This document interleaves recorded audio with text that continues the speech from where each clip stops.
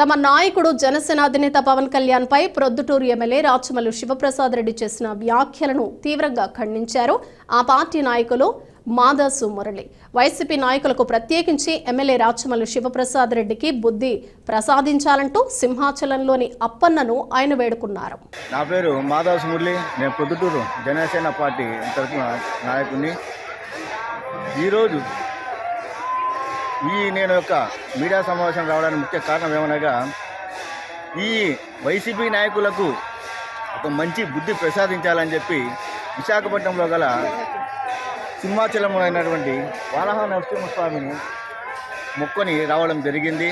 ఎందుకంటే వీళ్ళ మాట తీరు ఏ విధంగా ఉందంటే ఒక ఆటవిక విధంగా అటవీ ప్రాంతాల్లో చదువు సంధ్య లేని మూర్ఖులు ఏ విధంగా మాట్లాడతారో అంతకంటే చండాలంగా మాట్లాడుతున్నారు.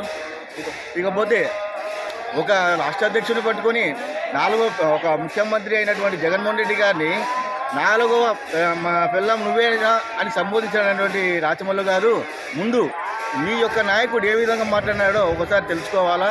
ఎక్కడైనా కానీ ఏ పార్టీ వివరాలైనా కానీ తన సొంత వ్యవహార మాటలు ఎక్కడైనా మాట్లాడకూడదని తెలియదా? ఈ ముఖ్యమంత్రి గారైతే 3 పిల్లలు 4 పిల్లలు అని ఈ విధంగా సంబోధించవచ్చు. మా యొక్క నాయకుడు ఒక మాట అంటే మీకు ఆ విధంగా కొవ్వు మదము అహంకారం అనే ధోరణితో మాట్లాడుతున్నారు.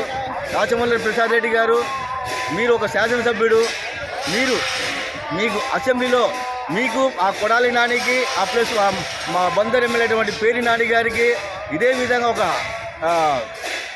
ఇదే తీరు మాటలు నేర్పించారా? మీరు కనీసం పాఠ్యాంశాల్లో కూడా మదము కొవ్వు ఈయన మీకు పాఠ్యాంశాల్లో కూడా ఉండింది. మీరు చూస్తుంటే తీరు అదే విధంగా ఉంది. దయచేసి ఎమ్మెల్యే గారు మీ యొక్క మాట తీరు మార్చుకోండి. ఒక పార్టీ అధ్యక్షుని ఏ విధంగా మాట్లాడాలనో తెలుసుకొని మాట్లాడాలని చెప్పి కోరుకుంటున్నాం. భవిష్యత్తులో ఇలాంటి మాటలు మళ్ళా పునరావృతం కాకుండా చూసుకోవాలని చెప్పి, లేకపోతే జనసేన పార్టీ కార్యకర్తలకు ఆగ్రహానికి గురికాక తప్పదని చెప్పి ఈ ఎమ్మెల్యే గారికి హెచ్చరిస్తున్నాను.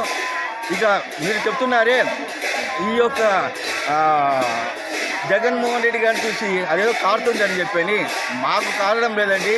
ఈ యొక్క తెలుగుదేశము జనసేన కూటమిని చూసి మీకు అంతకు రెట్టింపుగా కారుతుందని చెప్పి మాకు అనిపిస్తుంది. అందుకే మీరు కారుతుంది పదే అంటున్నారు. మాకైతే ఎక్కడ కారలేదు. మా యొక్క కూటమిని చూసి మీరు కాల్చుకున్నారు కాబట్టి ఇటువంటి దిగజారుడు మాటలు మాట్లాడుతున్నారు. ఇప్పటికైనా కానీ దిగజారుడు మాటలు మానుకొని ఒక శాసనసభ్యుల రీతిలో ఏ విధంగా మాట్లాడాలో, ఒక విద్యావంతుడు ఒక సంస్థావంతుడు ఏ విధంగా మాట్లాడాలో ఆ విధంగా మాట్లాడాలి తప్ప దిగజారుడు మాటలు మాట్లాడుకోకుండా మాట్లాడకుండా ఉండాలని చెప్పి జనసేన తరఫున మేము డిమాండ్ చేస్తున్నాం.